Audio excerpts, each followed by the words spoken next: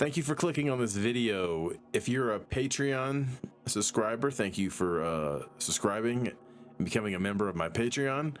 And if you're listening to this on YouTube and you would like to become a member of my Patreon, the link is in the description below the video. Okay, so let's jump into this.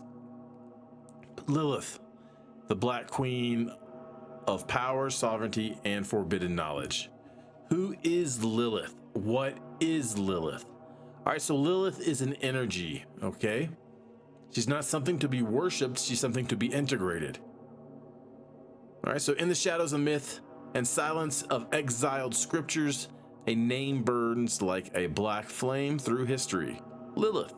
She is not merely a goddess, not just a daemoness, not only a symbol, she is the original echo of female rebellion, the primal force of erotic sovereignty, the breath of wildness unchained by patriarchal design.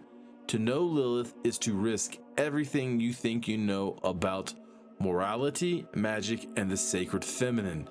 So she's a divine feminine energy. She is the dark divine feminine energy. Right, she was in the mythology, she was the first woman. She was before Eve, on the same level as Adam. But she didn't want to submit. She rebelled. So Lilith's story, oh, by the way, before I forget, I wrote an article on Lilith, and this is where I'm taking this information for this video from.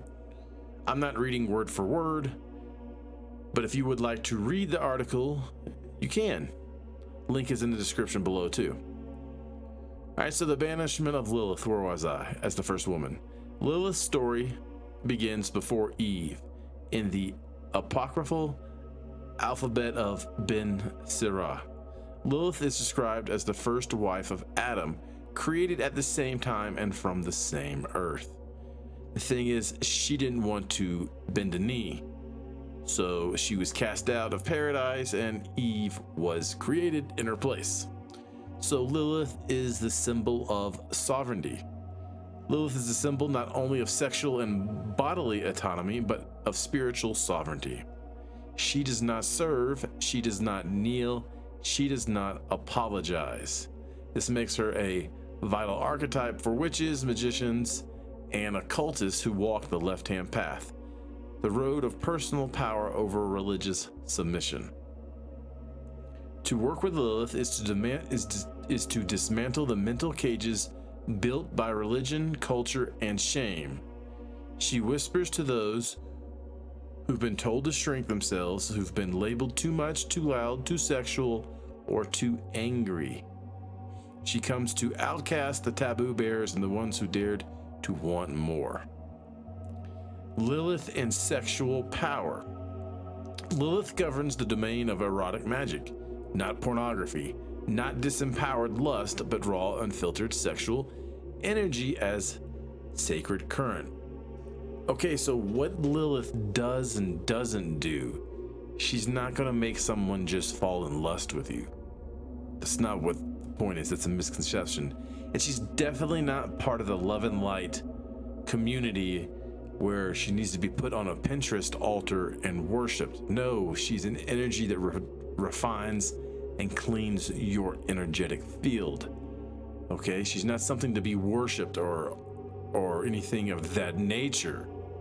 What it does is it subtly removes the shame, the hurt, the Abrahamic religion programming that has been wired in you about sex and how they consider sex to be evil outside of a marriage between man and wife.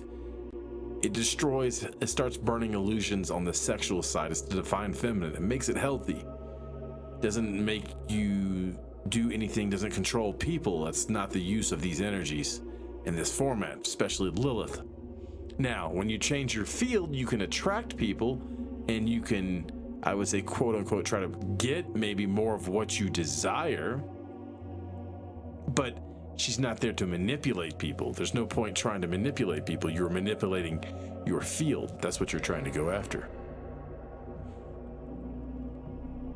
So she was demonized. She was the divine feminine demonized. Religions that elevated male gods as cosmic lawgivers needed to invent shadows to cast their light against, Lilith was made the monster, the devourer, the serpent, who tempts. And yet these same symbols were stolen from her power. Serpents, owls, and the moon, all sacred to Lilith, were hijacked by fearmongers and priests who feared her worship. So you can work with her magically, of course. That's the whole point of it. You're just not making tarot cards of her and looking at them. You want something done from her. So how will she respond? Well, Lilith only responds to realness. She's not impressed by hollow rituals or performative devotion. No LARPing here. No cosplay on the weekends. Only if you're really into this. And it's going to be powerful. It's going to be jolting. And it's probably going to make you physically ill at one point. That is the gunk and the garbage getting cleaned out of your field.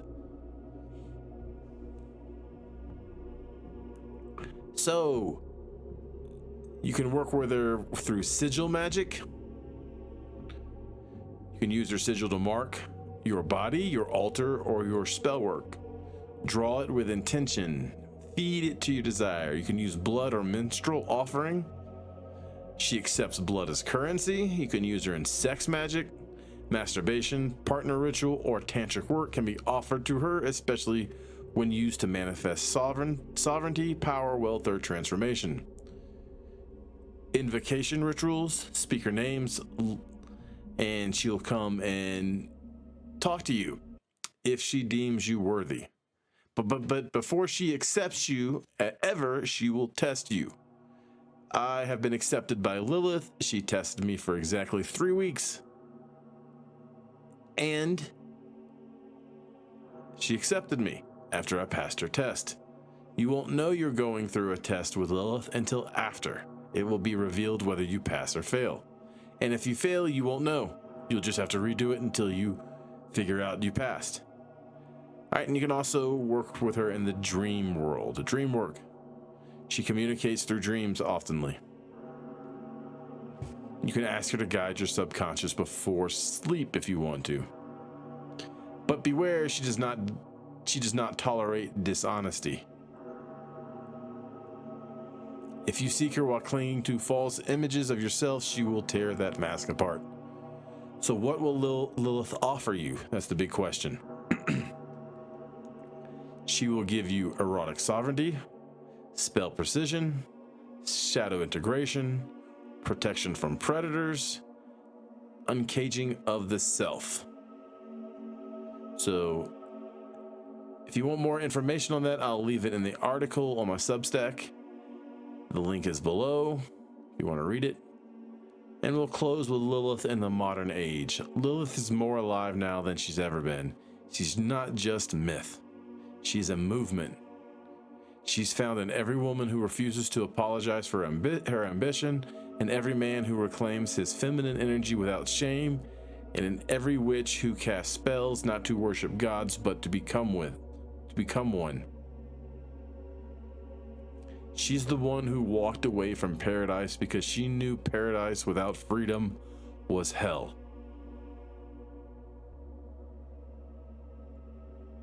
If you invoke her, she will show you the power you've been taught to fear. Stand with her, and you will never bow again.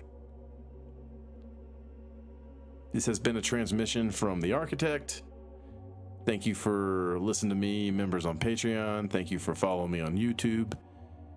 If you want to follow me and you made it this far, information is below in the description box.